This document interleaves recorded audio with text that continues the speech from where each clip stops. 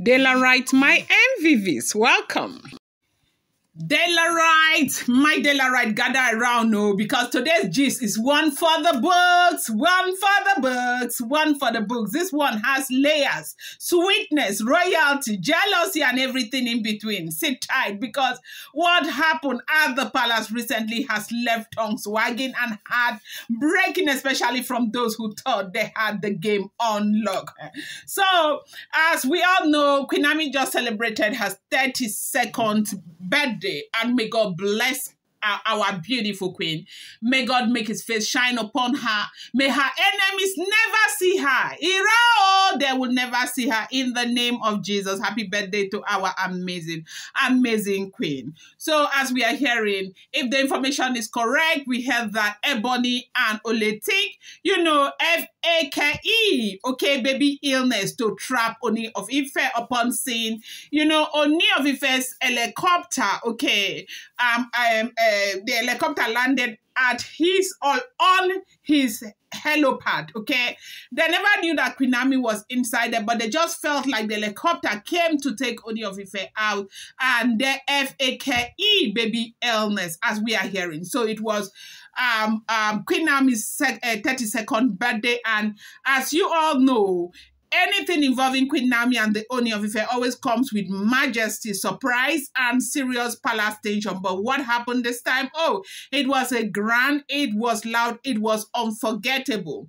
From the very moment the sound of the Ooni of Ife's royal helicopter pierced the sky over Ile-Ife, a strange tension filled the palace. The otherwise Ebony, and Oletik, okay, could sense something was about to go down, as we are hearing something major. You see, that particular helicopter, that's not just any ride, that's the royal chariot that often ferries the Ooni himself to Ibadan, where his sleek, majestic, Gulfstream G700 private jet awaits, okay?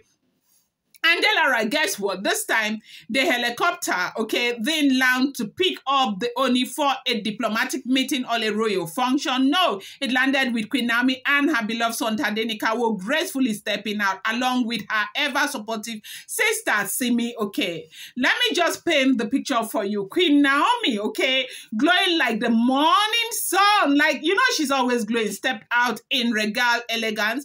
There was no rush, no panic, just calm, divine praises, the kind that reminds you why the Ooni of Ife's heart has never truly moved from her. The palace suddenly felt small, okay?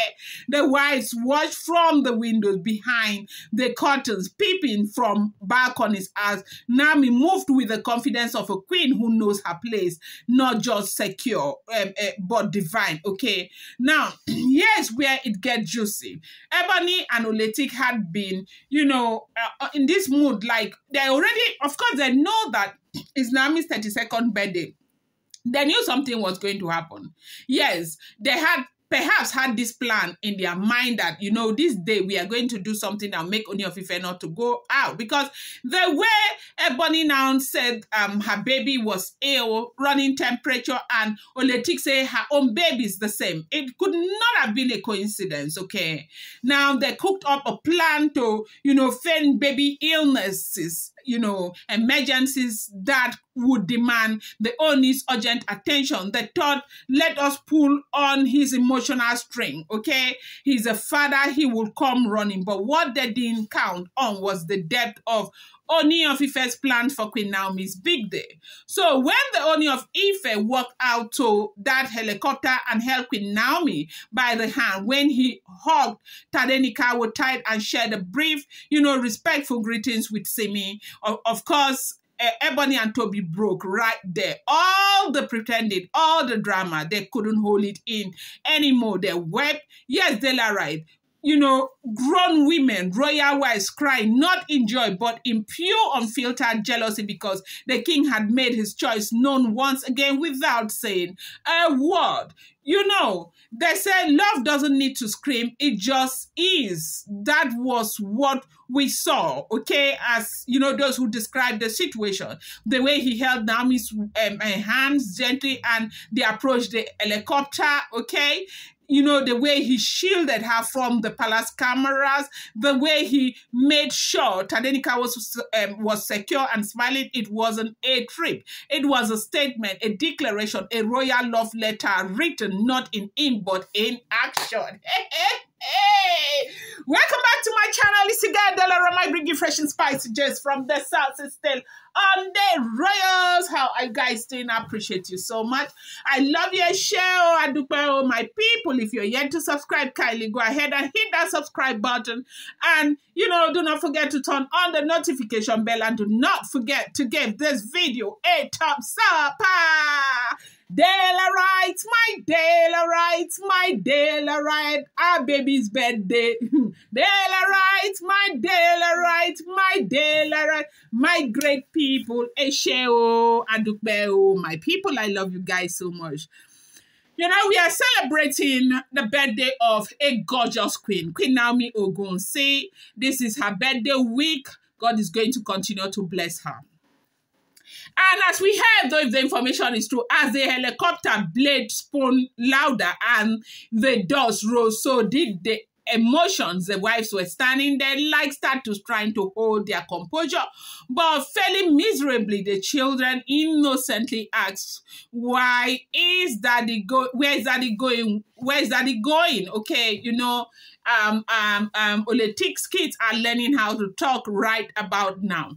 Why is daddy going with her? All of that, all of those small questions. Okay, then the moment came, the helicopter lifted off gracefully, majestically, and who was inside? Not the plotting wife, not the ones parading, you know, on TikTok with, you know, false smiles and, you know, Fæke irregal grace. No, it was Queen Naomi, the woman whose silence speaks volume, the woman whose name still commands reverence in every Yoruba royal corridor, the woman the Ooni of Ife never truly let go of. Delarite, from Ife to Ibadan, the chopper flew, and from Ibadan, the private jet took off with Queen Naomi. You know, and, you know, the birthday celebration was just a party, okay, private for both of them. It was a royal retreat, a reconnection, a reminder that the crown knows where it truly, you know, rests. The Ooni in his royal brilliance made it clear this is not just about protocol, it's about the heart, about destiny, okay. As they left, the palace felt cold, quiet. The wives retreated to their, you know, abode, you know, Ebony red-eyed, you know, Oletik frantically checking social media for, you know, sympathy, but none came because everyone saw it.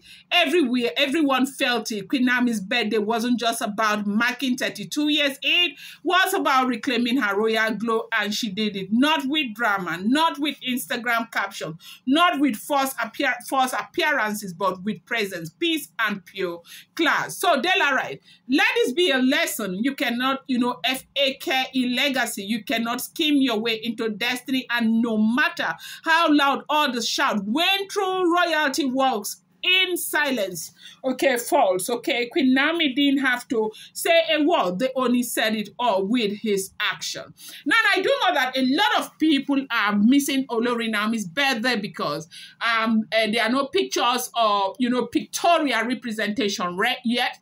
Well, we are not sure what the situation is, but I do think that if you know Queen Naomi very well, the reason why she may not celebrate that way might still be because she's mourning the children that passed on in the stampede in Ibadan, okay? So, but well, let's see what happens as the day goes by. You know, it was yesterday, today, and tomorrow. Let's see if we get some new, you know, pictorial representation of our gorgeous Queen Naomi. I love you guys so much. Do not forget, these are all alleged, rumored, unverified information making the rounds on social media and should not be seen as fact.